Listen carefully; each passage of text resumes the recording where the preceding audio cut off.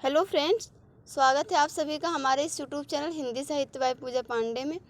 Friends, आज हम इस वीडियो में देखने वाले हैं कि हिंदी साहित्य का जो इतिहास है उसे कितने कालों में बांटा गया है, उस काल की समय सीमा क्या है तथा उनके जो नामकरण किए गए हैं वो किस आधार पर किए गए हैं और किस काल का या किस युग का कितने नाम है और उसको किसने दिया है। तो आज ये वीडियो आप लास्ट तक देखिएगा। हम आदिकाल से लेकर आधुनिक काल में भी जितने विभाजन हुए हैं उनके भी समय सीमा एवं नामकरण को जानेंगे एवं कुछ प्रमुख कवियों को भी देखेंगे। तो सबसे पहले बात करते हैं तो हिंदी साहित्य के इतिहास को मुख्य रूप से आपके 4 कालों में विभाजन किया गया है। जैसा कि आप सभी जानते होंगे, आदिकाल, भक्तिकाल, रीतिकाल और आधुनिक काल। आधुनिक काल में भी कुछ उपभेद हैं, कुछ उपविभाजन किए गए हैं। जैसा आप जानते होंगे, भारतेंदु युग, द्विवेदी युग, छायावाद युग, छायावादोत्तर में आपके प्रगतिवाद, प्रयोगवाद, प्रपद्यवाद, नकेनवाद, नई कविता, समकालीन कविता, इस प्रकार से। तो सबसे पहले आइए हम देख लेते हैं आदिकाल को। फ्रेंड्स, चाहे आप EMRS TGT PGT एग्ज़ाम की तैयारी कर रहे हो अभी करंट में, या आप झारखंड PGT की तैयारी कर रहे हो, या आप हिंदी संबंधित किसी भी अन्य परीक्षा की तैयारी कर रहे हो, ये वीडियो आप सभी के लिए काफ़ी हेल्पफुल होने वाला है। क्योंकि लगभग अगर आपका हिंदी साहित्य पूछ रहा है तो 5 से 10 प्रश्न तक आपके इस वीडियो से उसमें मिल जाएंगे। तो आप वीडियो को लास्ट तक ज़रूर देखिएगा। बात करते हैं आदिकाल की। तो आदिकाल का जो विभाजन है विक्रम संवत के हिसाब से देखें तो 1050 से 1375 तक रामचंद्र शुक्ल ने किया है। ईस्वी से हिसाब से देखें तो 993 ईस्वी से 1318 ईस्वी तक इसका विभाजन किया गया है। तो आप इसे ईस्वी में याद करें तो ज़्यादा आपके लिए बेहतर होगा और आसानी से आपको याद भी हो जाएगा। तो आप इसे जिस प्रकार आपको सुविधा आप उस हिसाब से इसे याद कर सकते हैं और चाहें तो एक जगह इसे नोट करके भी रख सकते हैं। आदिकाल की जो समय सीमा है वो 993 ईस्वी से लेकर 1318 ईस्वी तक मानी गई है। अब बात करते हैं नामकरण की। तो आदिकाल जो नामकरण है ये हजारी प्रसाद द्विवेदी ने इसे आदिकाल की संज्ञा दी है। रामचंद्र शुक्ल इसे वीरगाथा काल कहते हैं और महावीर प्रसाद द्विवेदी ने इसे बीजवपन काल की संज्ञा दी है। मिश्र बंधु इसे आरंभिक काल कहते हैं और जॉर्ज ग्रियर्सन इसे चारण काल के नाम से अभिहित करते हैं। उसके बाद है राहु सांकृत्यायन, तो उन्होंने इसे सिद्ध सामंत काल कहा है। राम कुमार वर्मा ने आदिकाल को संधि काल और चारण काल की संज्ञा दी है और जैसा कि मैंने अभी बताया हजारी प्रसाद द्विवेदी ने इसे आदिकाल कहा है। मैं एक बार फिर से रिपीट कर देती हूँ, आप चाहें तो नोट कर लें। हजारी प्रसाद द्विवेदी ने इसे आदिकाल की संज्ञा दी है और आचार्य रामचंद्र शुक्ल ने इसे वीरगाथा काल की संज्ञा दी है। मिश्र बंधुओं ने इसे आरंभिक काल कहा है। जॉर्ज ग्रियर्सन ने इसे चारण काल कहा है और महावीर प्रसाद द्विवेदी ने बीजवपन काल कहा है। राहुल सांकृत्यायन ने सिद्ध सामंत काल, राम कुमार वर्मा ने संधि काल और चारण काल कहा है। तो इस प्रकार से आदिकाल का जो है वो नामकरण हुआ है। और उन्होंने रामचंद्र शुक्ल से वीरगाथा काल क्यों कहा, तो इस काल में जो जितनी भी रचनाएं मिली हैं उसमें से अधिक रचनाएं जो हैं वीर रस की मिलती हैं, इसलिए उन्होंने इसका नाम वीरगाथा काल कर दिया। और यहाँ से चूँकि हिंदी साहित्य का आरंभ होता है तो इसलिए हजारी प्रसाद द्विवेदी ने इसे आदिकाल की संज्ञा दे दी। बाकी विभिन्न लेखकों ने अपने हिसाब से इसका नामकरण किया है, जैसा कि आपने अभी सुना। अब बात करते हैं भक्ति काल की। भक्ति काल की जो समय सीमा है वो 1318 ईस्वी से 1643 ईस्वी तक है और इसे हिंदी साहित्य का स्वर्ण युग या हिंदी साहित्य का स्वर्ण काल भी कहा जाता है भक्ति काल को। भक्ति काल को आप मध्ययुगीन काल भी कह सकते हैं या मध्यकाल भी कह सकते हैं।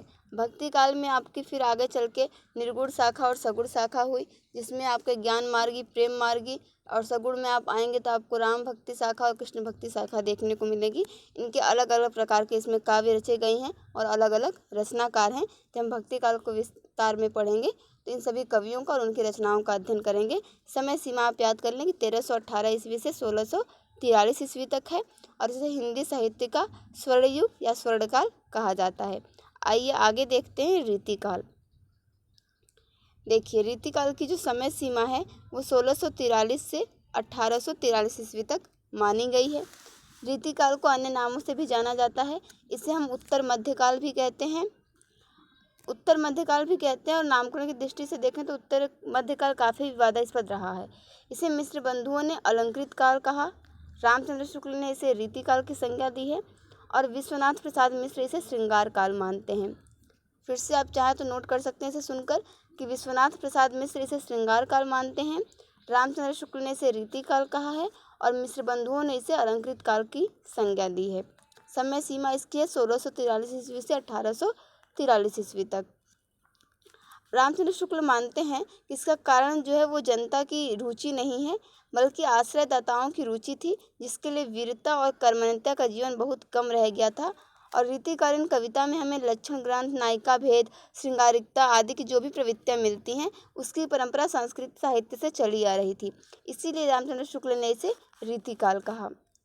अब आ जाते हैं आधुनिक काल को। विक्रम संवत के हिसाब से देखेंगे तो कहा जाता है 1900 से लेकर अब तक जो है ये आधुनिक काल की समय सीमा है। आइए ईस्वी के हिसाब से भी देख लेते हैं। इसमें आपको प्रमुख विभाजन देखने को मिलेंगे।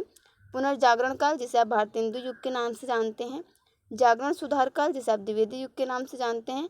फिर छायावाद युग, और छायावाद उत्तर में देखें तो प्रगतिवाद, प्रयोगवाद, नई कविता, प्रपद्यवाद या जिसे नकेनवाद भी कहा जाता है, ये सभी आ जाएंगे। आइए हम भारतेंदु युग से शुरू करते हैं आधुनिक काल के विभाजन में। जैसा कि आपने यहाँ से देखा 1843 ईस्वी तक आपका रीतिकाल चला था, और भारतेंदु युग की जो समय सीमा बताई गई है वो 1857 ईस्वी से 1900 ईस्वी तक बताई गई है। तो इसके जो बीच का समय है उसे भारतेंदु पूर्व काव्यधारा कहा जाता है। यानी 1843 से लेकर लगभग 1857 या 60 तक का समय जो है वो भारतेंदु पूर्व काव्यधारा के नाम से जाना जाता है। अब देखिए, भारतेंदु युग को जो पुनर्जागरण काल भी कहा जाता है, और रामविलास शर्मा इसे नवजागरण काल भी मानते हैं, और इसकी समय सीमा है 1857 से 1900 ईस्वी तक। उसके बाद है द्विवेदी युग। द्विवेदी युग को जागरण सुधार काल के नाम से भी जाना जाता है। इसकी समय सीमा देखें तो 1900 ईस्वी से लेकर 1918 ईस्वी तक द्विवेदी युग की समय सीमा मानी जाती है, तथा इसे हम जागरण सुधार काल के नाम से भी जानते हैं। उसके बाद है आपका छायावाद युग। छायावाद युग की जो समय सीमा है वो है 1918 ईस्वी से 1936 ईस्वी तक। छायावाद युग के अंतर्गत यहाँ पर आप जान लीजिए जागरण सुधार काल जो है डॉक्टर नगेंद्र ने ही द्विवेदी युग को जागरण सुधार काल नाम दिया। इसकी समय सीमा जैसा मैंने अभी आपको बताया 1900 से लेकर 1918 ईस्वी तक है। आइए छायावाद युग में देखते हैं, तो इसकी समय सीमा आपकी 1918 से लेकर 1936 ईस्वी तक है। छायावाद युग के 4 स्तंभ माने जाते हैं। आप जानते भी होंगे कि छायावाद युग के 4 स्तंभ कौन कौन से हैं। सूर्यकांत त्रिपाठी निराला, सुमित्रा नंदन पंत, जयशंकर प्रसाद और महादेवी वर्मा, ये सभी जो हैं छायावाद के 4 स्तंभ माने जाते हैं। कवि चतुष्टय के नाम से भी जाने जाते हैं। जयशंकर प्रसाद, सुमित्रा नंदन पंत, सूर्यकांत त्रिपाठी निराला और महादेवी वर्मा। इसके बाद छायावाद में बृहत्त्रयी और लघुत्रयी भी आते हैं। तो बृहत्त्रयी में आपके जिन्हें ब्रह्मा विष्णु महेश के भी नाम से जाना जाता है, तो जयशंकर प्रसाद को ब्रह्मा कहा गया है, सुमित्रा नंदन पंत को विष्णु कहा गया है और सूर्यकांत त्रिपाठी निराला को महेश कहा गया है। ये तीनों लोग छायावाद के बृहत्त्रयी के अंतर्गत आते हैं। लघुत्रयी की बात करें तो छायावाद की लघुत्रयी में महादेवी वर्मा, राम कुमार वर्मा और भगवती चरण वर्मा आते हैं।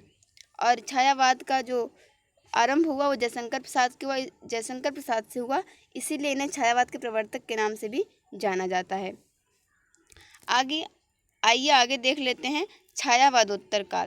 तो छायावाद के बाद का जो समय रहा उसे हम छायावादोत्तर काल के नाम से जानते हैं, जिसमें आपका प्रगतिवाद, प्रयोगवाद, नई कविता, प्रपद्यवाद या फिर हम नकेनवाद भी कह सकते हैं।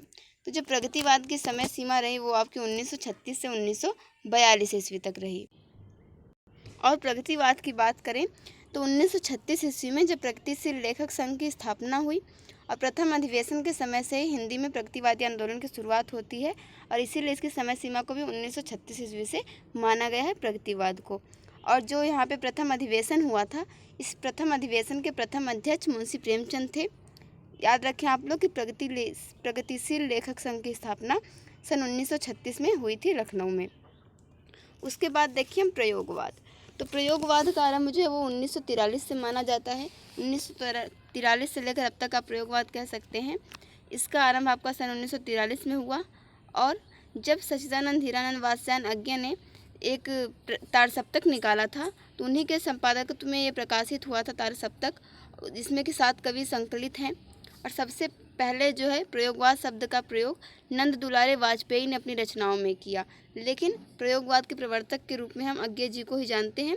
अगर ये लेकिन कहा जाए कि प्रयोगवाद शब्द का सबसे पहले प्रयोग किसने किया, तो सबसे पहले प्रयोग किया नंद दुलारे वाजपेयी ने। उसके आगे हम देखें, नंद दुलारे वाजपेयी ने प्रयोगवाद को बैठे ठाले का धंधा भी कहा है। बैठे ठाले का धंधा नंद दुलारे वाजपेयी ने प्रयोगवाद को कहा है। उसके बाद देखें नई कविता। तो नई कविता जो है आपके 1954 से इसका आरंभ माना जाता है। और नई कविता जो नाम है ये अज्ञे का दिया हुआ है। अपनी एक रेडियो वार्ता में उन्होंने इस पद का सर्वप्रथम प्रयोग किया था, जो कि बाद में नए पत्ते के जनवरी-फरवरी 1953 के अंक में नई कविता शीर्षक से प्रकाशित हुई थी। तो नई कविता का आरंभ जो 1954 ईस्वी से हुआ। कहीं कहीं आप इसे 1951 भी देखने को मिल सकता है। और नई कविता नाम किसका दिया हुआ है, तो नई कविता जो नाम है ये अज्ञे का दिया हुआ है। उसके बाद बात करें प्रपद्यवाद या नकेनवाद की। तो प्रपद्यवाद का प्रवर्तन नलिन विलोचन शर्मा को माना जाता है, जिन्होंने कि 1956 में प्रकाशित नकेन के प्रपद्य इसमें इसका संकलन किया था। इसे नकेनवाद इसलिए भी कहा जाता है क्योंकि इसमें बिहार के 3 कवि आते हैं, नलिन विलोचन शर्मा, केसरी कुमार और नरेश कुमार। तो इन्हीं के नाम के प्रथम अक्षर को मिलाकर नकेन बनता है, इसलिए इसे नकेनवाद भी कह दिया गया। और इसे प्रपद्यवाद भी कहा जाता है, जिसके प्रवर्तक नलिन विलोचन शर्मा को माना जाता है, जिसमें कि बिहार के 3 कवि संकलित हैं, नलिन विलोचन शर्मा, केसरी कुमार और नरेश। और अगर हम फ्रेंड्स बात करें कि प्रपद्यवाद या फिर नकेनवाद और प्रयोगवाद में क्या अंतर है, तो मूल अंतर देखिए आपको ये मिलेगा कि जो प्रपद्यवाद है वो प्रयोग को साध्य मानता है, जबकि प्रयोगवाद प्रयोग को साधन मानता है। तो साध्य और साधन मानने से इन दोनों युग में अंतर हो गया, प्रयोगवाद में और प्रपद्यवाद में। तो फ्रेंड्स उम्मीद है मुझे कि आपको ये समझ में आ गया होगा कि हिंदी साहित्य इतिहास का विभाजन, नामकरण किस प्रकार से हुआ और उनकी समय सीमा क्या क्या है। अगर आप शॉर्ट नोट बनाकर रखते हैं, एक जगह इसे लिख कर रखते हैं, तो आपको रिवाइज करने में काफ़ी आसानी होगी। और जहाँ भी हिंदी साहित्य संबंधित परीक्षा होती है वहाँ से इसमें से बहुत सारे प्रश्न पूछे जाते हैं, तो सभी प्रश्न आपके सही होंगे। तो मिलते हैं फ्रेंड्स नेक्स्ट वीडियो में एक नए टॉपिक के साथ। Thank you for watching this video.